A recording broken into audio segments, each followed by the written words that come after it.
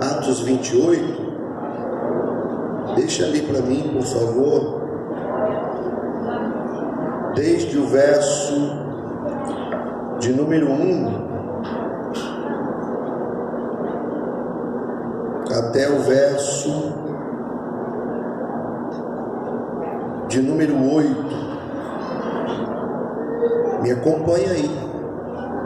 Me acompanhe, porque nós vamos ler apenas o verso 3 a princípio. E depois nós vamos meditar nestes 8 versos, falando sobre os reflexos de uma vida avivada. Amém, meus irmãos? Amém. Diga comigo: porque dele, por ele e para ele são todas as coisas. A ele, pois, a glória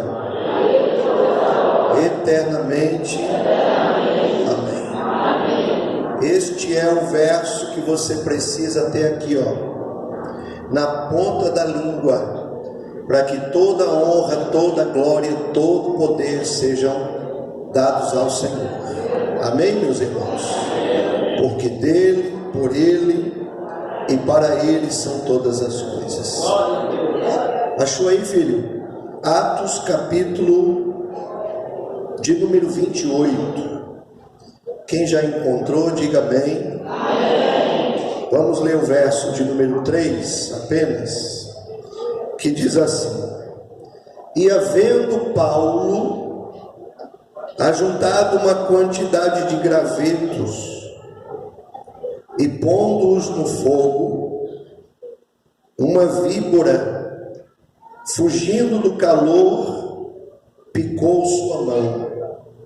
Ou outra interpretação: e havendo Paulo ajuntado uma quantidade de vides e pondo-as no fogo, uma víbora, fugindo do calor, lhe acometeu a mão.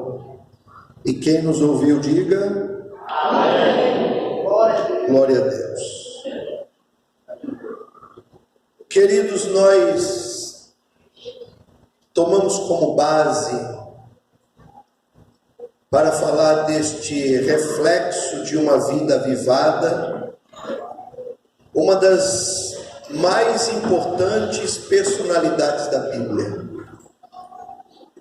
Quando nós falamos no quesito Novo Testamento, ela é sem dúvida a mais importante personalidade da Bíblia. E este homem chamado Paulo, ele, se nós traçarmos sua biografia, duas coisas destacam da vida dele. Ou nós podemos destacar duas coisas que englobam toda a trajetória biográfica deste homem. Em primeiro lugar, a Bíblia diz que quando Deus chama este homem como um vaso escolhido, o Senhor faz uma inserção que ninguém gostaria de vivenciar.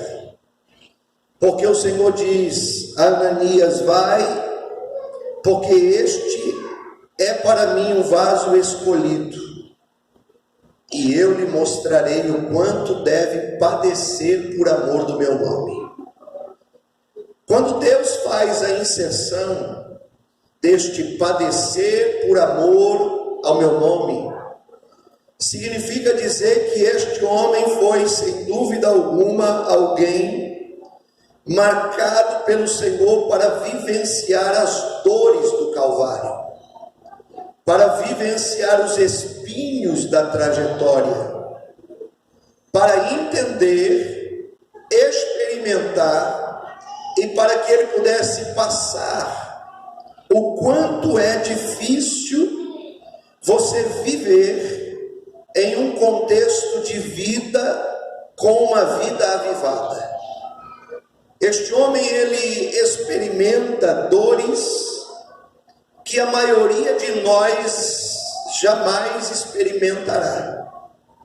Quando você abre a Bíblia na segunda epístola de Paulo aos Coríntios, No capítulo 11 você vai ver um breve resumo da trajetória de sofrimento da vida deste homem no quesito ministerial. Ele diz que sofreu naufrágios, sofreu afrontas, aflições, frio, nudez, foi esbofeteado, foi parar no abismo, em naufrágios, em perseguições, dos de casa e dos de fora. Quando a Bíblia diz que este homem, ele sofre tudo isto aqui, é porque Deus deu a ele um presente. E o presente que Deus deu a ele foi um espinho na carne. O presente que Deus deu a ele foi um espinho na carne. A Bíblia diz: e foi-me dado um espinho na carne, para que este homem pudesse não somente vivenciar a primeira etapa dessa biografia, que é o sofrimento, mas para que ele também pudesse experimentar a segunda etapa de sua biografia, que era viver uma vida de glória em glória com o Senhor. Esse homem foi marcado por um intenso sofrimento, mas este homem também foi marcado pela intensa presença de Deus em todos os seus passos. Em todo momento em que Paulo vivenciava o sofrimento, ele sabia muito bem o que viria após este sofrimento.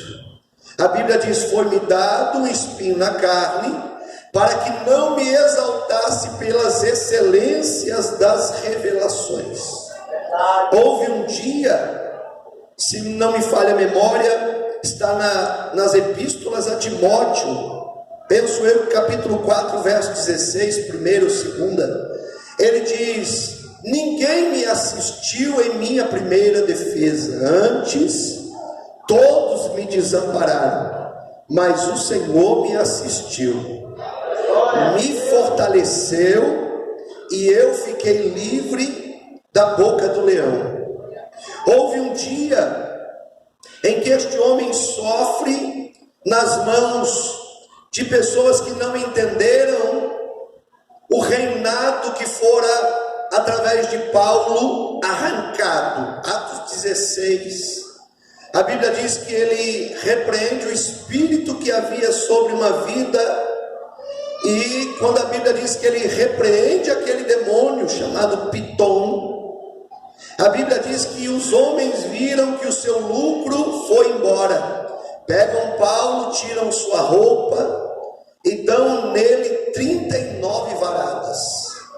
Jogam Paulo dentro do cárcere interior, e a Bíblia diz que no meio deste sofrimento ele entendeu que alguma coisa viria logo após. E a Bíblia diz que eles louvaram.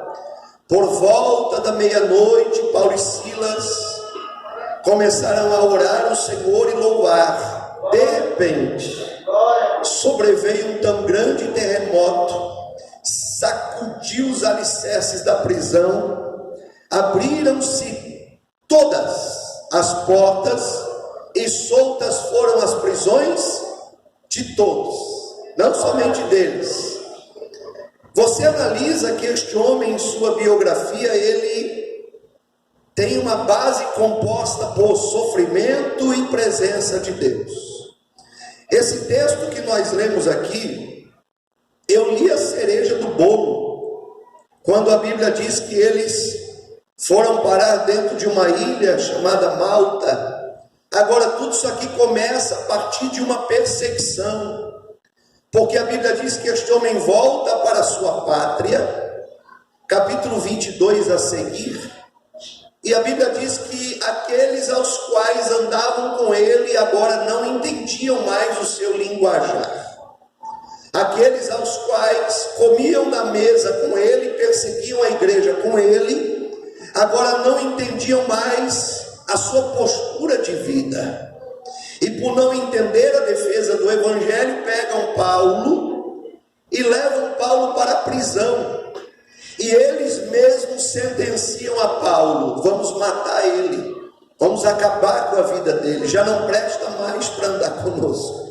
Entendeu esse negócio? Já não presta mais para andar conosco. E a Bíblia diz que Deus se apresenta nesta prisão, dizendo que ele não se importasse com aquilo, porque era necessário que ele fosse até Roma defender o evangelho perante César. E a história diz que Paulo passa pelas mãos de homens que tiveram o poder de libertá-lo. Passa pelas mãos do rei Agripa, passa pelas mãos do rei Festo, passa pelas mãos de Cláudio, passa pelas mãos de homens que tinham o poderio de libertá-lo. Só tinha um problema, é que Paulo não estava preso a mãos humanas, ele estava preso a um propósito de Deus. Deus se apresenta a Paulo e diz: fica tranquilo, porque você vai chegar até Roma, porque eu vou te levar até lá. Então, quando o homem está preso a um propósito de Deus, o homem não tem poder sobre ele. Quando o homem está preso a um projeto de Deus, o homem não tem mais poder sobre a vida dele. Oh, glória a Deus. Quando o homem está preso a uma promessa de Deus, Deus vai levar a cumprir esta promessa. Então eu estou falando com alguém aqui: fica tranquilo, porque se Deus tem uma promessa dentro da tua casa, Ele vai levar o cumprimento da mesma. Se Deus tem uma promessa sobre a tua vida, fica tranquilo, porque a Bíblia diz: passarão os céus e a terra, mas as minhas palavras, as minhas promessas, estas não passarão. Quando a Bíblia diz que Paulo apela a César, é lhe dada a oportunidade de cumprir o que Deus vacinou. Colocam ele dentro de um navio, e junto com Paulo, no capítulo de número 27, verso 37, estavam 275 almas. Este navio tinha um comandante chamado Júlio. Júlio era aquele que tinha a bússola e a autoridade. Júlio era aquele que tinha o conhecimento do mar e o conhecimento das rotas para levar o navio até Roma. Segundo os teólogos, eram 12 meses que este barco levaria para chegar até Roma. Agora chega um momento em que uma tempestade muito forte acomete aquele barco. A tempestade foi tão forte que arrancou das mãos de Júlio o controle do navio, que arrancou das mãos de Júlio o norte do navio, arranca das mãos de Júlio a bússola que levaria o barco até o seu destino. E a Bíblia diz que eles ficaram navegando à deriva por muitos e muitos dias. O desespero toma conta daqueles homens com o passar dos dias, e a Bíblia diz que eles arrancaram o que tinha de excesso do navio, aliviaram o navio. E a Bíblia diz que Júlio, junto com os demais, intentaram em o seu coração arrancar a vida dos prisioneiros, para que os prisioneiros não fugissem, porque era responsabilidade deles. Deixa eu abrir um parêntese aqui. Volta comigo para Atos 16. Quando o carcereiro viu as portas da prisão abertas, ele pega a espada e coloca no pescoço. Antes dele se matar, Paulo diz: não lhe faças nenhum mal, porque todos nós estamos aqui. Porque Júlio queria matar os prisioneiros, porque era responsabilidade dele os prisioneiros. Assim como em Atos 16 era responsabilidade daquele homem os prisioneiros. Se um fugisse, a responsabilidade caía sobre aquele que cuidava, e ele seria morto. Ao invés de ser morto pela mão de alguém, ele era morto pela sua própria mão, e na sua mentalidade era mais honroso isto. Quando a Bíblia diz que Júlio, ele se desespera junto com toda a comitiva, junto com todos os prisioneiros, Deus se apresenta mais uma vez no navio. Deus se apresentou dentro da prisão, dizendo: Paulo, calma, eu estou no controle. Deus se apresenta dentro do navio, dizendo: Paulo, fica tranquilo, porque eu ainda continuo no controle. E no meio deste navio, Deus traz uma palavra a Paulo, dizendo: o navio vai afundar, porém ninguém vai morrer aqui. O navio vai afundar, mas ninguém vai morrer. Deus, pela sua bondade, deu a Paulo todos aqueles que estavam dentro do navio, para que houvesse salvação. A palavra de Deus mais uma vez se cumpriu. E quando a Bíblia diz que a palavra se cumpre, entra o capítulo 28, verso 1, que eles vão dar em uma ilha chamada Malta. Para você ter uma ideia, a tempestade foi tão grande que rachou o barco no meio. Quem sabia nadar, nadou. Quem não sabia nadar, se agarra a tábuas e vão dar numa ilha. Agora, o que é necessário você entender é que aquilo que Deus falou que ninguém ia morrer, aconteceu, ninguém morreu. Quando eles chegam numa ilha, Deus prepara o coração dos moradores, chamados bárbaros, para tratar a comitiva com muita humanidade. A palavra bárbaro, para o linguajar da Bíblia, significa dizer aqueles que não dominam o linguajar romano. A palavra bárbaro, para o linguajar da Bíblia, significa dizer que aqueles homens não entendiam, não falavam o idioma de Roma. Agora, a palavra bárbaro para nós, ela deriva de um vernáculo chamado barbárie, porque todo aquele que comete barbárie é um bárbaro e tem um coração mau. Ainda que estes homens, em o nosso entendimento, tivessem um coração mau, a Bíblia diz que por Deus estar no controle da situação daqueles homens, Ele muda o coração do bárbaro de mal para bom. E a Bíblia diz: e eles tratam a comitiva com muita humanidade. Deixa eu abrir um parêntese aqui. Deus ainda tem o controle do homem. O homem até pode ser mau, mas se alguém tiver no propósito de Deus, Deus vai mudar o coração do homem.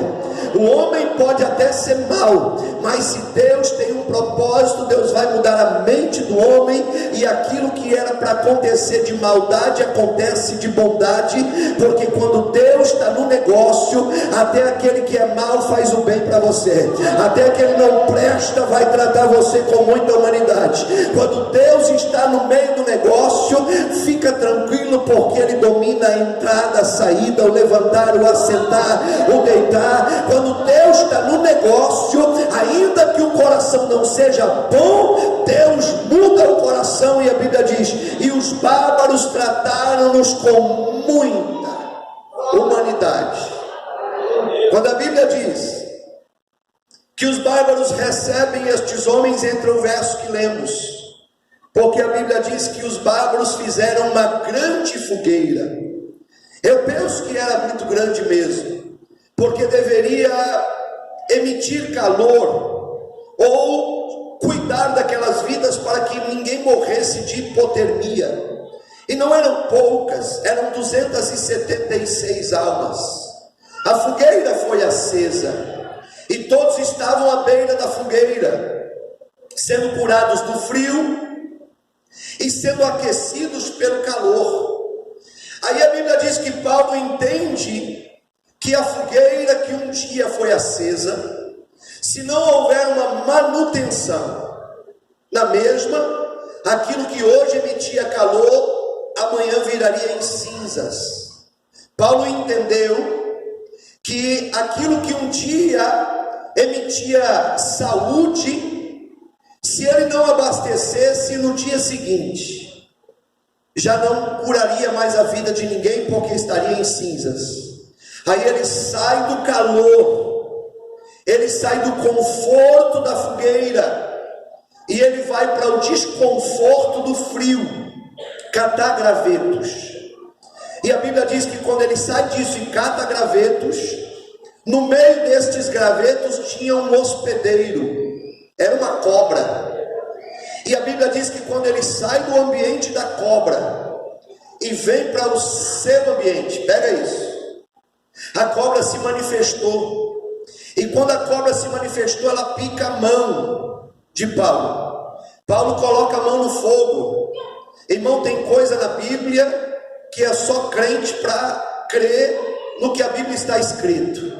A Bíblia diz que Paulo põe a mão no fogo. O fogo faz mal para a cobra, mas não faz mal para a carne de Paulo. A cobra desaparece.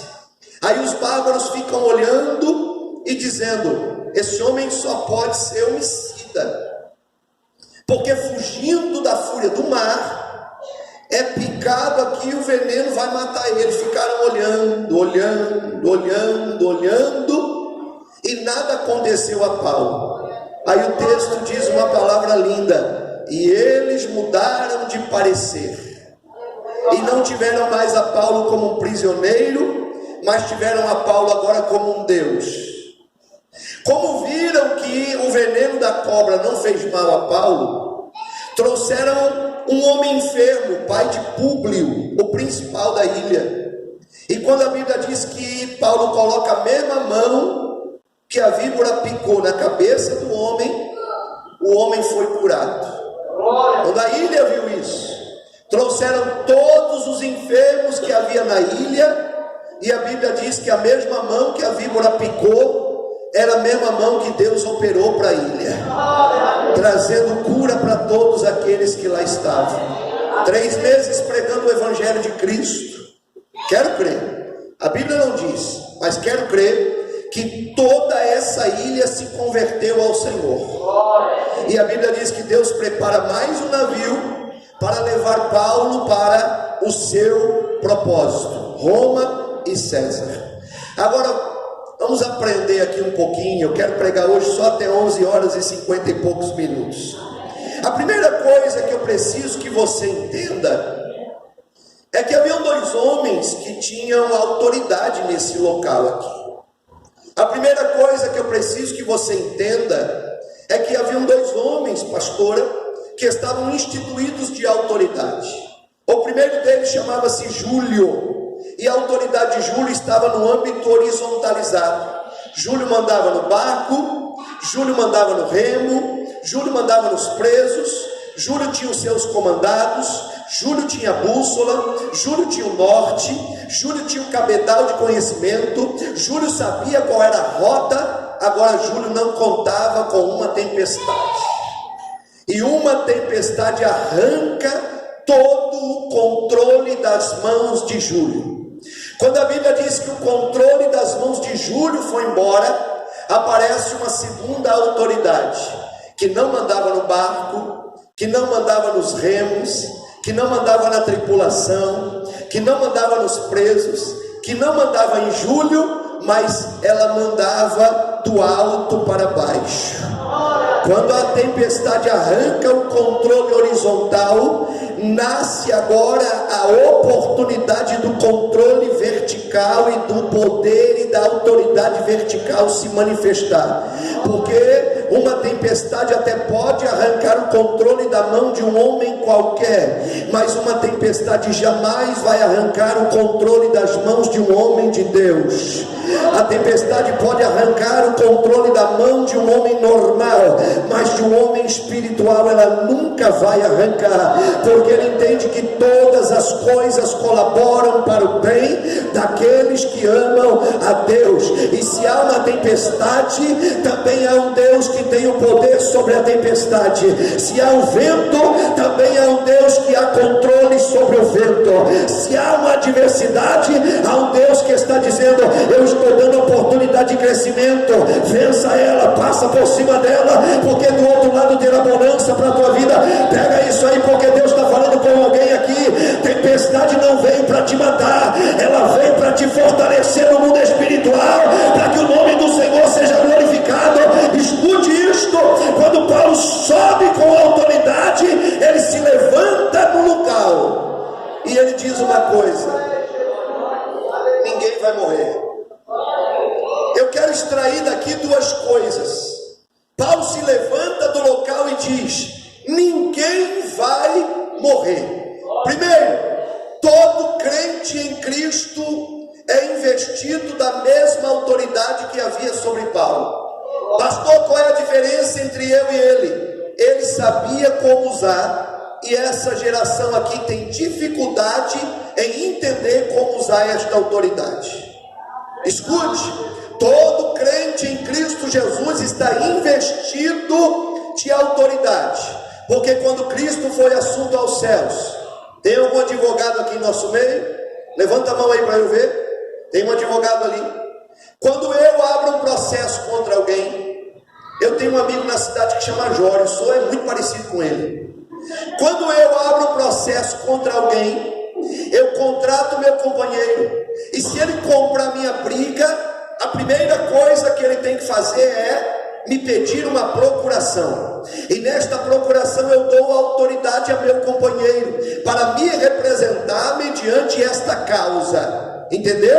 Quando Cristo foi assunto ao céu, isto é uma palavra jurídica, ele também deixou em nossa mão uma procuração, dizendo: eis que vos dou poder.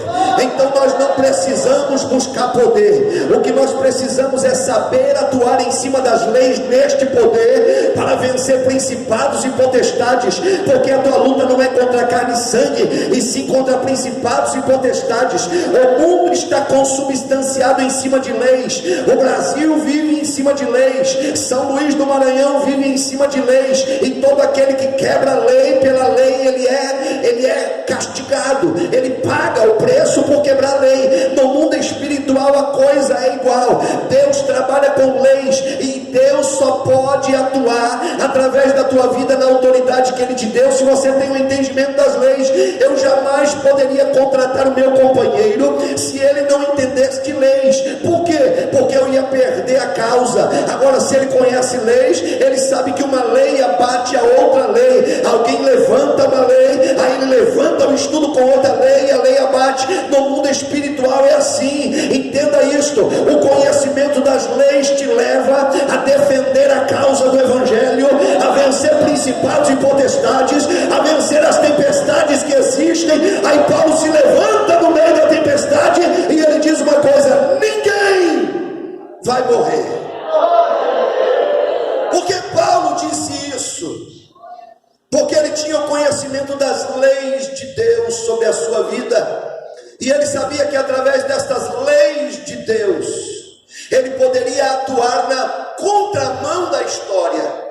Porque andar na mão da história é para qualquer um, irmão. Andar na contramão da história é só para quem entende que a autoridade de Deus está sob a sua vida, e ele sabe atuar mediante esta autoridade. Escute, a mão da história é simples. Haviam 276 almas ali, 275 dizia: vamos morrer, acabou, faliu a história, o navio vai afundar, nós vamos tudo para o inferno. Aí Paulo vem na contramão da história, andando na maré contrária, e ele levanta a mão e diz assim: o navio até pode afundar, mas ninguém vai morrer nesse negócio. E só pode dizer isso quem tem o entendimento da autoridade do Senhor e está no propósito de Deus. Paulo sabia que Deus havia visitado ele na prisão, que Deus havia visitado ele no barco, e que Deus ia levar ele até César. Entenda isso, meu irmão. Deus tem projeto com a tua vida.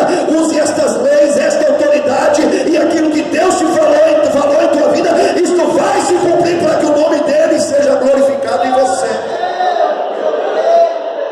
Ele foi na mão contrária, e ele disse: ninguém vai morrer aqui. E o que Paulo disse quando usou a autoridade se cumpriu. Irmão, se tem uma coisa linda, é nós entendermos aquilo que temos e usar aquilo que temos. Você já leu na Bíblia que os tímidos não herdarão o reino do céu, sim ou não? Já leu mesmo? Os tímidos não herdarão o reino do céu. O que é a palavra tímido aí, pastor Marcelo? É sentimento de vergonha? Não. Eu tenho facilidade de falar para qualquer público. Pode colocar aí diante de mim 5, 10, 15, 20 mil pessoas, eu vou falar. Por quê? Porque eu sou desinibido. Mas a palavra timidez aqui não tem nada a ver com timidez, com esse sentimento de vergonha. A palavra timidez é ter, saber o que tem, mas não usar aquilo que tem. E aqui há um grande perigo, Porque enquanto você não conhece Jesus, você está isento, está na ignorância. Agora, quando você conhece a Jesus, você precisa usar esta autoridade de Deus sobre a sua vida. Você precisa colocar isso aí em pauta e em prática. Ei, tem gente que vive uma casa com uma história miserável dentro da casa. Por quê? Porque não tem autoridade. Não tem autoridade, só não está usando a autoridade que tem. Pastor, como é que eu uso esse negócio? Se levanta em fé em Cristo Jesus, porque a Bíblia diz que sem fé é impossível agradar a Deus, e trabalha nestas leis e nesta autoridade. E eu não tenho dúvida nenhuma que aquilo que está fechado Deus vai abrir, que aquilo que está morto Deus vai ressuscitar, que aquilo que é vazio Deus vai encher, que aquilo que não tem forma Deus vai colocar forma. Por quê? Porque a autoridade de Deus muda a toda e qualquer história. Ouça isso.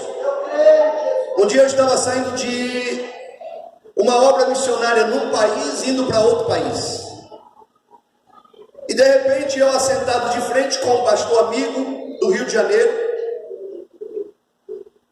conversando, não nos tocamos que no trem-bala tem que ter um número, e a gente estava fora do número. Aí o trem para numa cidade, sobe uma senhora bem distinta, com um pique assim de muito poderio financeiro, e ela coloca as suas malas no chão, de frente de nós. E eu olhei para o Marco e falei: Marco, a gente está no lugar errado, cara. Ou você errou, ou eu errei, ou nós dois estamos errados nesse negócio. E a mulher me ouviu falar. E ele falou: vamos ficar em silêncio, vamos ver o que ela vai falar, ou fazer alguma coisa. E ela olhava no número, olhava no bilhete, olhava no número, olhava no bilhete, olhava no número, e nós entendemos que um dos dois estava no lugar errado. Como o Marco era mais inteligente que eu, ele se levanta, pega a bolsa da mulher e põe no bagageiro. E a mulher toma o lugar dele de frente de mim. E para minha surpresa, a mulher olha para nós e diz: muito obrigado. Aí eu: opa, a senhora entende o meu idioma? Ela disse: entender eu entendo tudo, falar é que falo pouco. No meio da Alemanha, a mulher falando português. Aí eu disse: que bom, muito prazer, meu nome é Marcelo. Aí ela disse: o meu nome é Jana. E a gente começou a conversar. E a Jana começou a soltar a sua história. E ela disse: eu sou búlgara, mas eu tenho a dupla nacionalidade alemã. Eu disse: que legal. E ela disse: eu sou médica. E eu pensei: eu também sou. E ela continuou falando: eu já visitei 56 países. E eu pensei: eu só fui para o Paraguai até hoje. E ela dizendo: eu falo 6 idiomas. E eu pensei: eu falo 2, daqui a pouco você vai ouvir o segundo. E ela continuou falando, visitou o Brasil, Rio de Janeiro, por isso que conhece o português.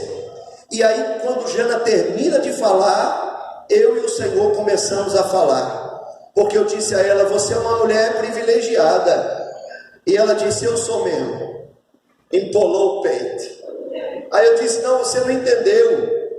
És uma mulher privilegiada. Ela de novo: eu sou mesmo. Eu disse: você continua não entendendo, mas você é uma mulher privilegiada. Ela disse: por que você disse isso 3 vezes e eu não entendi? Eu disse: porque tendo tudo que tens e sendo tudo que és, Deus me colocou diante de você. Ela disse: agora que eu não entendi. Eu falei: pois vai entender.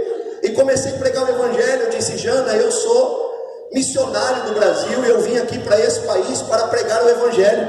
E Deus coloca alguém que entende o meu idioma diante de mim. E o que é que você acha que você vai ouvir? E comecei a pregar o evangelho para ela. E a Bíblia diz que o evangelho é como um martelo, irmão, que esmiuça a penha. Ele vai batendo, batendo. A penha é o coração duro do homem, viu? Ele vai batendo, batendo, batendo, batendo. E a Bíblia diz que aonde abundou o pecado, superabundará a graça de Deus. Que não existe coração duro que a graça de Deus não possa se manifestar e entrar. E eu pregando e batendo, batendo, batendo. Daqui a pouco a mulher branca levou a coroa. Quando a mulher corou, ela pega o lenço e enxuga o canto do olho. Homem é diferente da mulher, né? O homem pega o lenço e passa tudo. A mulher pega o lencinho e vai lá no cantinho do olho arrancar a lágrima. Aí eu disse: Jesus, pegamos ela. E quando continuei a pregar aquela mulher começou a chorar em soluços. Deus desceu naquele ambiente. E aí eu olhei para ela e falei: Jana, você pode ter tudo que tens, ser tudo que és, ter visitado tudo que visitou, mas se você não tiver o que eu tenho, você não vai falar o meu idioma e não vai morar no lugar em que eu vou morar, no céu. Aí ela disse: o que é que eu devo fazer? E eu falei: pergunta gostosa. Eu falei: aceita Jesus como teu Deus, teu Senhor e teu Salvador. Ela disse: como é que faz isso? Eu disse: repita a minha oração que eu vou orar por você. Como ela não entendia muito bem o meu idioma, mais do que ela precisava, eu coloquei a mão na cabeça dela e repreendi todo capeta, todo demônio, pelo nome, já que ela não sabia. Quando eu tiro a mão, eu digo: Jana, confessa. Ela confessou a Cristo como Senhor e Salvador da sua vida. O que eu quero dizer com isto?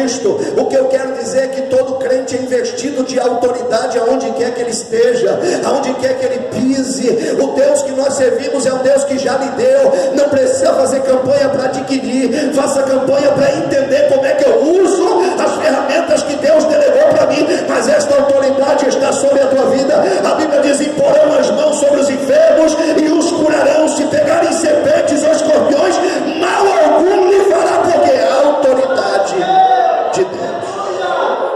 Eles chegam na ilha.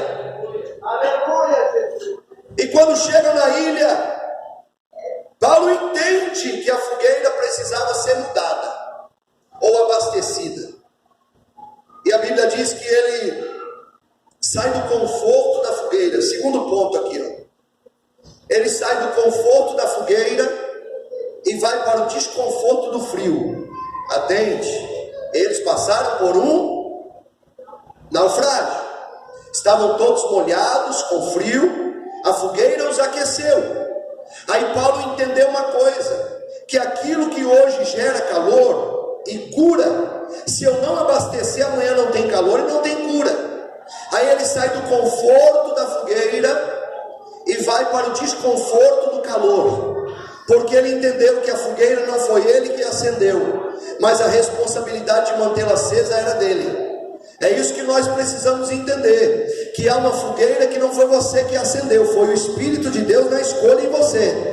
Agora a responsabilidade de manter esta fogueira acesa é sua. Então nós precisamos ser catadores de graveto, porque a fogueira não pode se apagar em nossa vida. A fogueira da oração, a fogueira da leitura, a fogueira do amor, a fogueira da bondade, da misericórdia, da compaixão, ela não pode se apagar em nossa vida. Não foi você que acendeu nada disso, foi o Senhor na escolha em você. Agora a responsabilidade de catar gravetos não é do Senhor. Ele não vai fazer o que você pode fazer, você não vai fazer o que é da parte dele. A parte dele ele fez, acendeu a fogueira. Agora vem comigo e cata gravetos, porque Deus está à procura desta geração.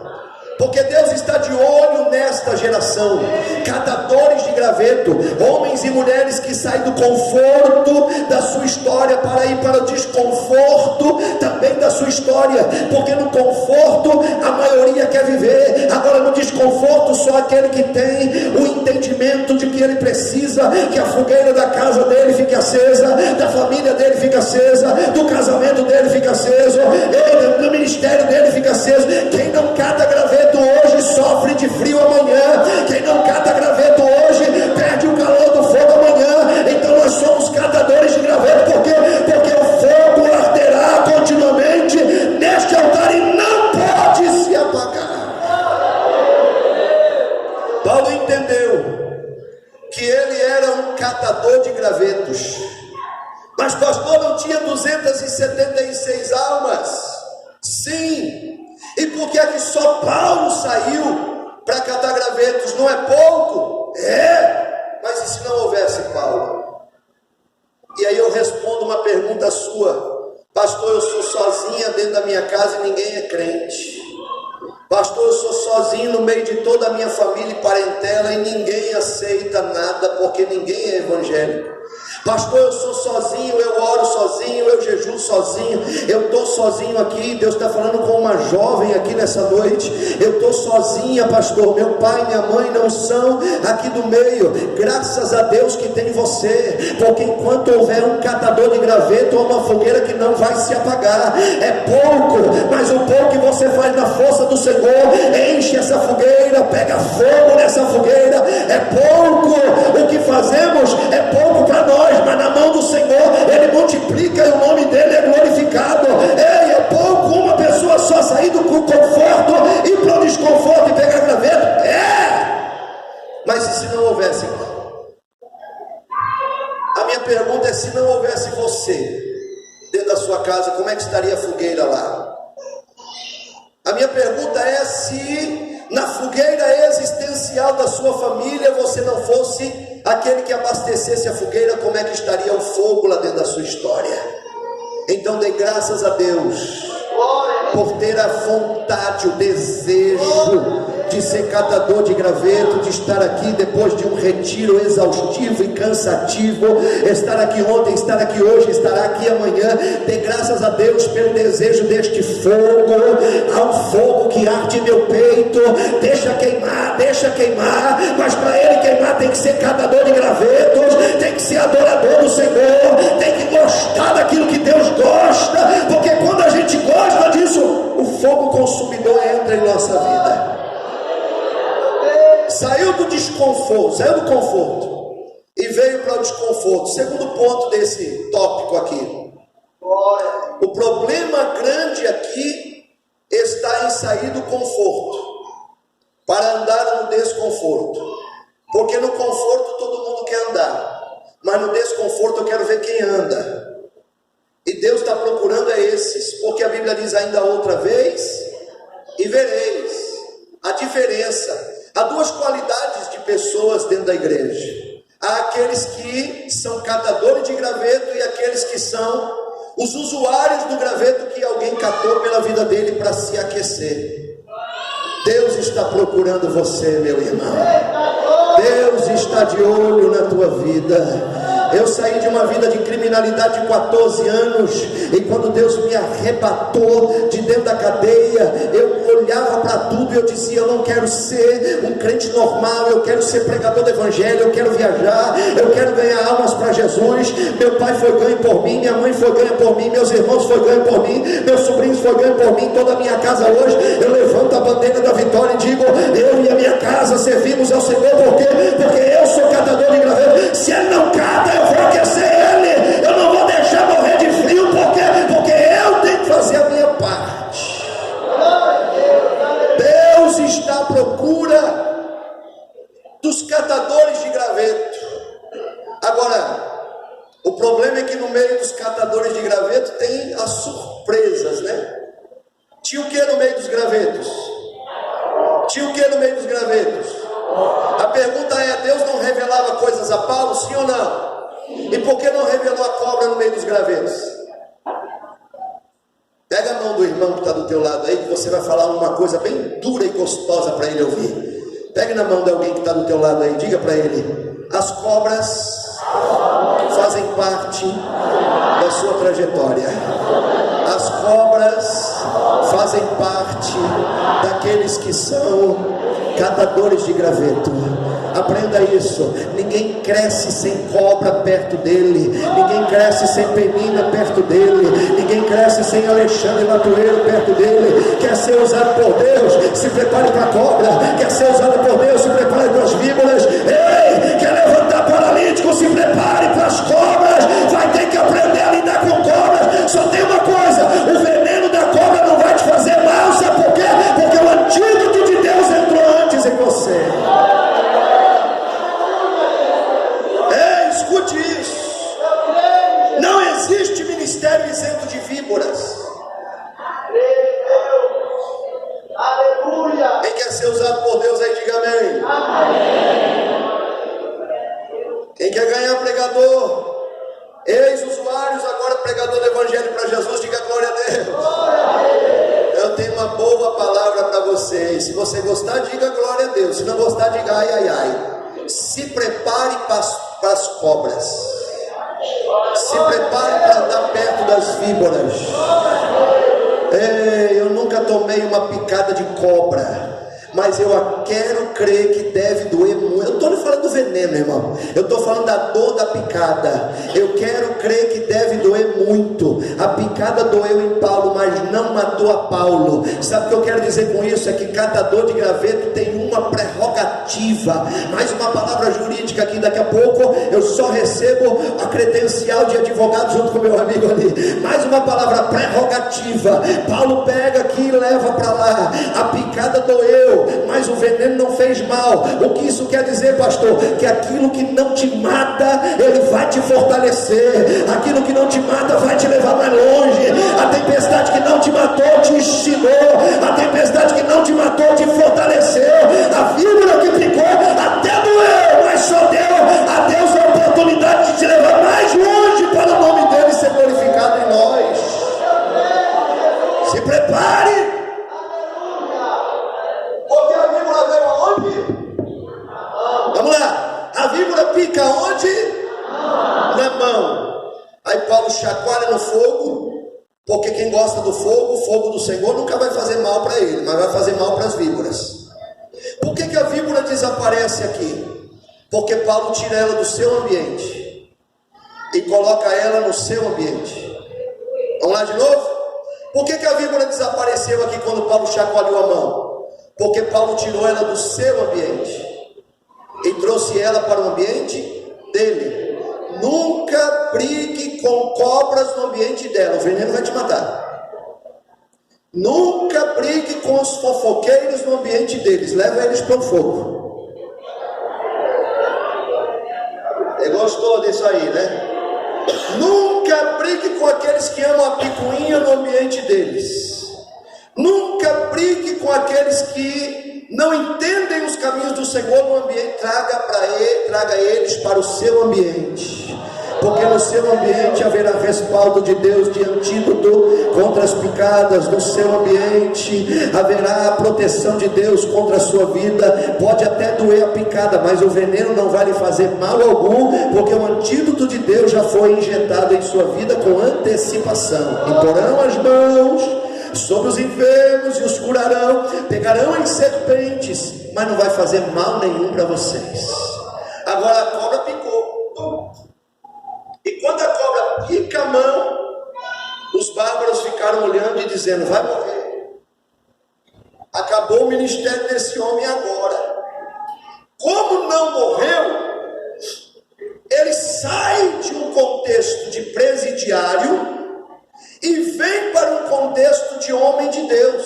Olha que interessante isso. Quando Paulo não morreu pelo veneno, na mente deles, a Bíblia diz, mudaram o seu parecer. Porque o importante não é como Paulo entrou na ilha. O importante é como Paulo saiu da ilha. O importante não é como te enxergam em sua chegada. O importante é aquilo que você deixa em sua saída. O importante não é o princípio das coisas, é o final das coisas. Melhor é o final das coisas do que o princípio delas. Aí Paulo entra como presidiário e sai como homem de Deus. Paulo entra como ninguém e sai como alguém. É isso aqui que nós precisamos entender. Tem gente que não me enxerga como tal, tem gente que não te enxerga como tal, e nem precisa enxergar quando eu entro. Agora quando eu saio, eles vão ter que entender que quem entrou, quem deixou, quem saiu é um santo homem de Deus. Há uma mulher na Bíblia que olhou para o seu marido e disse: ei, meu marido, eu vejo que este que passa por nós é um santo homem de Deus. Mudaram o seu parecer. Tem muita gente que vai mudar o parecer dele através das atuações de Deus em sua vida. Tem muita gente que vai olhar para você e vai dizer: mas eu achava que era, mas não é. Deus está com ele, Deus está protegendo, Deus está na vida dele, Deus está na história dele, Deus está na trajetória dele. A Bíblia diz que mudaram o seu parecer. Por quê? Porque o veneno não fez mal. Quando a Bíblia diz que a víbora pica aqui, era como se o diabo estivesse dizendo: eu começo o meu ministério da morte nele aqui. Aí Deus olha do alto do céu e diz: eu começo o meu ministério da vida através daqui. Quando a figura pica aqui. É como se o diabo estivesse dizendo: eu injeto o meu veneno da morte aqui. E aí Deus olha e diz assim: não, eu já injetei o meu veneno da cura aqui. Porque a Bíblia diz que Deus, pelas mãos de Paulo, curava muitos enfermos. Sabe o que eu aprendo aqui, irmãos? O lugar que mais você é atingido é o lugar que mais Deus vai usar a sua vida. O lugar que mais o diabo quer atingir é o lugar que mais Deus vai usar a tua vida. Escute aqui um testemunho próprio. Quantos e quantos e quantos usuário de droga, ex-assaltante, ex-bandido, ex-ladrão, presidiário, está em Sursi, está num monte de coisa, tudo envolvido, vem ter comigo. Por quê? Porque era a vida que eu tinha lá atrás. Então Deus curou a mão de Paulo, para através da mão de Paulo Deus operar muita coisa. Deus curou a minha vida, para que através da minha vida eu possa dizer, aquele que está com o olho fechado, que Jesus Cristo é a solução para ele sair do crime, para ele poder entrar dentro do céu, para ele poder experimentar a glória da segunda casa. Aonde mais você é atingido, se prepare, porque é onde mais Deus vai te usar. Não, eu vou repetir isso aqui para alguém pegar. Aonde mais você é atingido, é onde mais Deus vai te usar.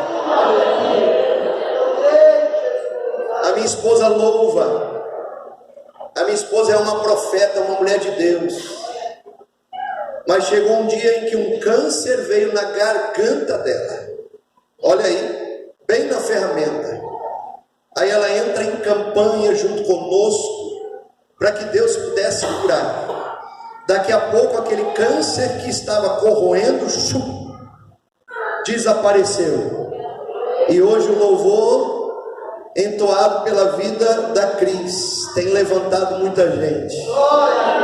A palavra profética da Cris tem levantado muita gente da morte para a vida. O lugar que mais você é atingido, diga isso para alguém: se prepare, porque é aí que Deus vai usar. Diga isso: se prepare. É aí que Deus vai usar. Diga: se prepare, porque é aí que Deus vai usar com força, com poder, com bondade.